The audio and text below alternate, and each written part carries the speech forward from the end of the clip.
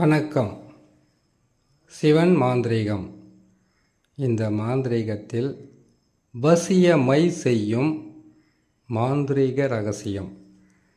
வசியமை வசியத்தில் மாந்திரீகத்தில் செய்யக்கூடிய மாந்திரீகம் செய்து செய்யக்கூடிய தகுடு, தாயத்து, வசிய மருந்து, ஈடு மருந்து, அது மட்டும் இல்லாமல் பல வகையான வெறும் மந்திரங்களை சொல்லி வசியம் செய்யக்கூடிய ஒரு மிகச்சிறந்த மந்திரமும் இருக்குது. எந்திரங்கள் மூலியமாக எந்திரங்களை தகுடு எழுதி அதில் சில வகையான எழுத்துக்களையும் மறைமுகமான மாந்திரீக எழுத்துக்களையும் எழுதி ஒருத்தர் வசியம் செய்கிறதும் உண்டு. இந்த வசியத்தில் ஆண் வசியம், பெண் வசியம், ஜனவசியம், தனவசியம், தொழில் வசியம், விலங்கு வசியம், சர்ப வசியம், ஜலவசியம், இப்படி பல வகையான வசியங்கள் இருக்குது. வசியம்னாவே எல்லாருக்குமே ஆசை இருக்கும். நிறைவேறாத ஆசைகளை இப்போ கணவனாக இருப்பாங்க, மனைவியாக இருப்பாங்க.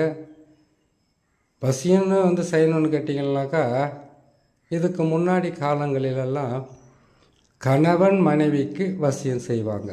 இல்லை அப்பா அம்மா அவங்க பேச்சை கேட்காத பிள்ளைகளுக்கு வசியம் செய்து கொடுப்பாங்க. இல்லை கணவனுக்கு கட்டுப்படாத மனைவியை தன்னுடைய குடும்பத்திற்காகவும் தன்னுடைய வாழ்க்கைக்காகவும் பிள்ளைகளுக்காகவும் நல்லபடியாக வாழணுன்றதுக்காக வசியம் செய்வாங்க.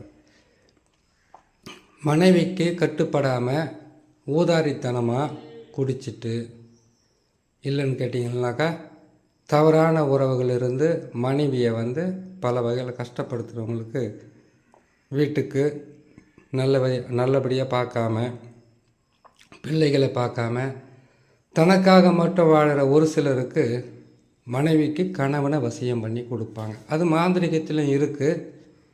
ஏற்கனவே பதிவு போட்டிருக்கோம், இனிமேலும் பதிவு போடலாம். இப்போது இந்த வசிய மைய ஒரே ஒரு ஆண் பெண் வசியம், கணவன் மனைவி வசியம், பிள்ளைகளை தாய் தகப்பனுக்கு செய்து கொடுக்கறது, உடன் பிறந்த சகோதரிகளுக்கு, நல்ல நண்பர்களுக்கு, நல்ல காதலருக்கு செய்கிறன்னு வச்சுக்கோங்க. அந்த மைய எப்படி செய்கிறது? அந்த மைய செய்தால் எதுவெல்லாம் நடக்கும்? நல்லது நடக்கும். இதை வசியத்தில் தொழில் வசியமும் இருக்குது. தொழில் வசியம் இருக்குது, ராஜ்ய வசியம் இருக்குது, இப்படி பல வசியங்கள் இருக்குது. இதில் முதல்ல நம்ம பார்க்கக்கூடியது வசிய மையன்னாவே 8 வகையாக அரைக்கணும். இதே வசிய மைய ராஜ்ய வசியத்துக்கும் பயன்படுத்தலாம். ஆனால் அதுங்களுக்கு புல்லுரிமைகளுடைய உதவி தேவைப்படும். ஆனால் இதுக்கு குழி தைலம், ஐங்கோல தைலம் இதெல்லாம் சேர்த்து ராஜ்யவசியம் செய்யலாம். இன்னும் பூஜை புனஸ்காரமெல்லாம் பண்ணி சில மூலிகைகளை வச்சு ராஜ்யவசியம் செய்து கொள்ளலாம். ராஜ்யவசியம்னா என்ன? ஓடாத தொழிலை ஓட வைக்கிறது, நிறைய நஷ்டம் ஏற்பட்டிருந்தால், கஷ்டம் ஏற்பட்டிருந்தால் அதுலேருந்து அவங்கள காப்பாற்றி கொடுக்கறது. தொழில் வசியத்தில் ராஜ்யவசியம் மிகப்பெரிய வசியமாக இருக்கும்.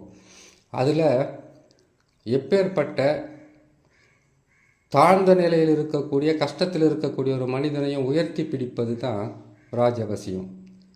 தொழில் வசியன்றது தொழிலில் இந்த காலகட்டத்தில் போராட்டம், அதுக்கப்புறம் எதிரிங்க, எதிர்ப்புங்க, பல பேர் தொழிலில் நடக்கக்கூடாதுன்னு செய்வனை செய்கிறது, சூனியம் வைக்கிறது, இப்படியெல்லாம் பல வகையில் இருக்குது.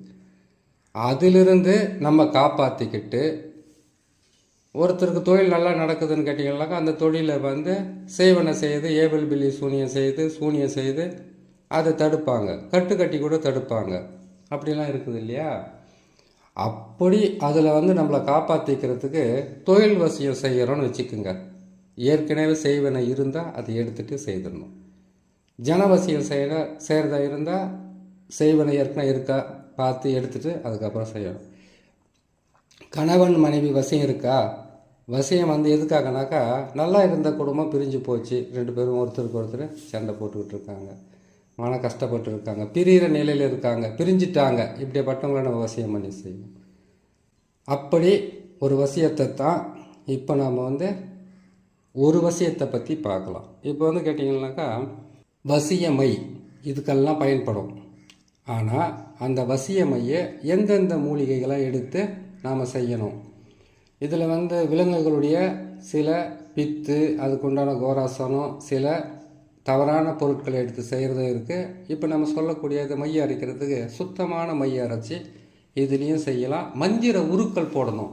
மையை மட்டும் அரைச்சிட்டா போதும். இன்னும் அஞ்சனா கல் வாங்கிட்டு வந்து அஞ்சனா தேவியும் வாயு புத்திரனையும் நம்ம மனசார வணங்கிக்கிட்டு அவங்களுடைய மந்திரத்தை சொல்லி வடக்கு முகமாகவோ இல்லை கிழக்கு முகமாகவோ, இல்லைன்னு கேட்டிங்கன்னா வடக்கு திசையில் கிழக்கு திசையில் வந்து நெய் தீபம் ஏற்றி வச்சு கீழே வந்து நாம் தர்ப ஆசனத்தில் அமர்ந்து மையை வந்து அரைக்கிறதுக்கு முன்னாடி 1008 மந்திரமும் அரைக்கும் போது 1,08,008 மந்திரத்தையும் சொல்லி, அதுக்கு பிறகு அந்த மையை அரைக்கும் போது அஞ்சனா கல்லை வாங்கிட்டு வந்து அஞ்சனா தேவியை மனசார வேண்டிக்கிட்டு வாழ்வு புத்திரனை மனசார நினச்சிக்கிட்டு நம்ம என்ன பண்ணணும் கேட்டீங்கன்னாக்கா அந்த கல்வத்தில் போட்டு அதில் வந்து 3 சாமம் அரைக்கிறது, 2 சாமம் அரைக்கிறது. அதுக்கு தேவையான வாசனை திரவியங்கள் புணுக்கு, ஜவ்வாது, கஸ்தூரி, அதுக்கப்புறம் கோராசனம், அதுக்கப்புறம் கேட்டிங்கன்னா பச்சை கற்பூரம், அதுக்கப்புறம் நெய், தேன், மலத்தேன், சிறுந்தேன், இப்படியெல்லாம் சேர்த்து செய்கிறேன் இல்லையா. அந்த மாதிரி செய்கிறதுக்கு உண்டான ஒரு மை தான். எல்லாமே இது ஒன்றில் செஞ்சுட்டு பிரிக்க முடியாது. துஷ்ட சக்திகளை அளக்கிறதுக்கும் கெட்டதை அழிக்கிறதுக்கு ஒரு மை இருக்குது. இப்போ ஒவ்வொரு மையை பார்க்கலாம். இப்போ வந்துனாக்கா ஒரு மை வசிய மைன்னு போட்டிருக்கோம். அதுக்கு என்னென்ன தேவைன்னு கேட்டிங்கன்னாக்கா முதலில் இந்த மையை அரைக்கிறதுக்கு மூலிகைகளை எடுக்கணும். எப்படி எடுக்கணும்? அந்த மூலிகைகளை பார்த்திங்கன்னாக்கா நம்ம சொல்லக்கூடிய இந்த வேர் பார்த்துக்க, கீழ்காய் நெல்லி வேர், வெண்குன்றி வேர், வேலை வேர், வெள்ளைச்சாரணை வேர், வெண்கொழிஞ்சி வேர், ஆவாரம்பூ வேர், இதோடு சேர்த்து புளிய மரத்தினுடைய புல்லுருவே வேணும்.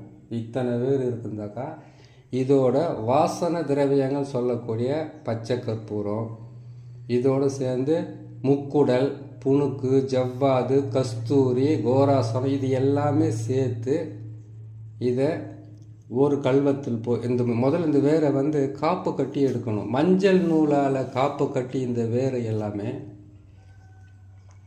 எல்லா வேரையும் ஒன்றா கட்டுறதுல ஒவ்வொரு வேருக்கும் தனித்தனியாக வந்து மஞ்சள் நூலால் காப்பு கட்டி, அதுக்கு உங்களுக்கு மூலிகை சாபானியை பற்றி சொல்லியிருக்கல ஏற்கனவே ஓம் மூலி, அதுக்கப்புறம் கேட்டிங்கன்னாக்கா மூலி மந்திரத்தை சொல்லியிருக்கிறேன். ஓம் மூலி, மகாமூலி, சர்வமூலி, ஜனமூலி, வனமூலி. மூலியினோட உயிர் வந்து உன் உடலில் நிற்க எனக்கு வசியமாக சுவாகனெல்லாம் சொல்லியிருக்கேன் இல்லையா மந்திரத்துங்களவே. அந்த மாதிரி மூலிகை மந்திரங்கள் வந்து இதுவும் இருக்குது, இன்னும் பல வகையில் உங்களுக்கு இருக்குது. அதனால் அந்த மந்திரத்தை வந்து நீங்கள் சொல்லி காப்பு கட்டி அதுக்கு வந்து படையல் போட்டு இல்லை அதுக்கு பலி கொடுத்து, அதுக்கு பிறகாக அந்த மூலிகையை வந்து ஆணிவேர் அறுபடாமல் நீர் ஊற்றி ஊற வச்சு அது பிடிங்கிட்டு வந்து அதை நிழலில் உலர்த்தி காய வச்சு, அதுக்கப்புறமா அதுக்கு பச்சை கற்பூரம், பூங்கற்பூரம்லாம் போட்டு ஒரு சட்டியில் தர்ப புல்லையும் சேர்த்து போட்டு எரிய விட்டு அந்த சாம்பலை எடுத்து அந்த சாம்பலுடன் சேர்ந்து நம்ம அஞ்சனக்கல் வந்து கல்வத்தில் போட்டு அரைக்கிறோம் இல்லையா, அதோடு சேர்த்து இதையும் போட்டு அரைச்சி வாசனை திரவியங்களை போட்டு இதை வந்து ஒரு மூங்கில் சிமியால் போட்டு இது போட்டு அதில் போட்டு அடைச்சி நாம் இதை வசியம் சொல்கிறது எங்கன்னு கேட்டிங்கனாக்கா நமக்கு மயானத்தில் வைக்கிறது, இடுகாட்டில் வைக்கிறது, காளி கோயிலில் வைக்கிறதெல்லாம் வசியம் ஆகாது. இதை வைக்கணுன்னாக்கா நம்மளுடைய பெருமாள் கோயிலில் வைக்கலாம், இல்லைன்னா உங்கள் வீட்டில் வச்சு பூஜை போடலாம். இல்லை இதை வந்து முக்கியமாக வைக்கிறதா இருந்தாக்கா பெருமாள் கோயில், பிள்ளையார் கோயில், அதுக்கப்புறம் கேட்டால் முருகன் கோயில், இந்த மாதிரி இடத்துங்களில் வந்து இதை வசியத்துக்கு வைப்பாங்க. அந்த வசியத்துக்கு வச்சு அதிலிருந்து நம்ம ஒவ்வொரு வேலையை செய்கிறதுக்கு எடுத்து யாராவது வசியன்னு வந்தாங்கன்னாக்கா அதை செய்கிறதுக்கு ஆரம்பிப்பாங்க. சரி, இந்த மையை அரைக்கிறதுக்கு முன்னாடியும் இந்த மையை அரைத்து முடித்த பிறகு மற்றவங்களுக்கு நம்ம உரு போட வேண்டியது ஆயிரக்கணக்கான மந்திர உருக்களை போடுவாங்க. இதை அரைக்கிறதுக்கு வெள்ளிக்கிழமை, பௌர்ணமி, இந்த 2 நாளை பயன்படுத்தலாம்.